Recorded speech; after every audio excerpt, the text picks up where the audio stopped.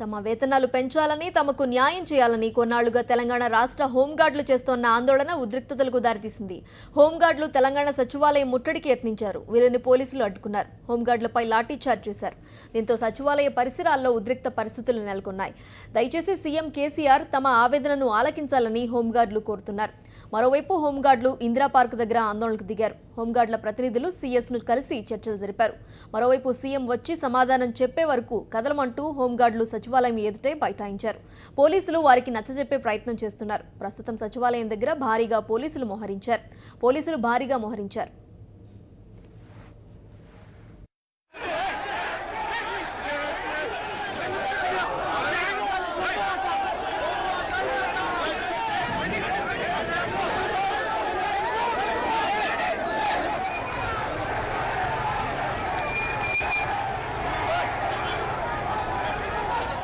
సచివాలయం దగ్గర గురువారం సాయంత్రం 5 గంటల నుంచి హోంగార్డులు బైఠాయించారు. పోలీసులు పలుమార్లు చర్చలు జరిపినప్పటికీ సీఎం రావాల్సిందేనని హోంగార్డులు పట్టుబట్టారు.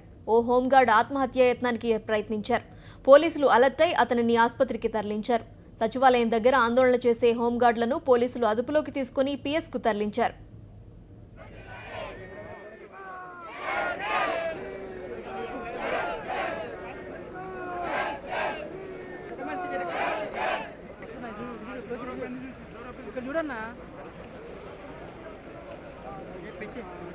లేదండి, వాళ్ళు సీఎం గారు మాకు ఇచ్చిన వాగ్దానాన్ని మేము అడుగుతున్నాము.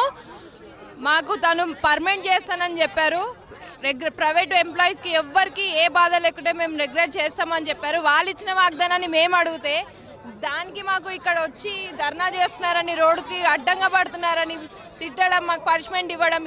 మార్నింగ్ మేము ఇందిరా పార్క్ వెళ్ళిన వాళ్ళు తిరిగి హెడ్ క్వార్టర్ రావాలంటే అక్కడ వెళ్ళి మళ్ళీ అక్కడ హాజరయ్యి మళ్ళీ ఇక్కడ వచ్చాం. మేము నాకు డెలివరీ అయ్యి 7 months చిన్న బాబు నేను ఇంట్లో వదిలేసి నేను వచ్చినాను. నా బాబుకు పాలు లేకున్నా సరే వాళ్ళు తాడో పేడో తెలుసుకుందామని ఇంతవరకు వచ్చాను. ఎంతమంది చిన్న చిన్న పిల్లల్ని వదిలేసి వచ్చారు. మాకు ఇప్పుడు ఇక్కడ నుంచి మేము ఏదో ఒకటి తెలుసుకోకుండా వెళ్తే రేపు మా ఉద్యోగాలు ఉంటాయో లేవో కూడా మాకు తెలియదు.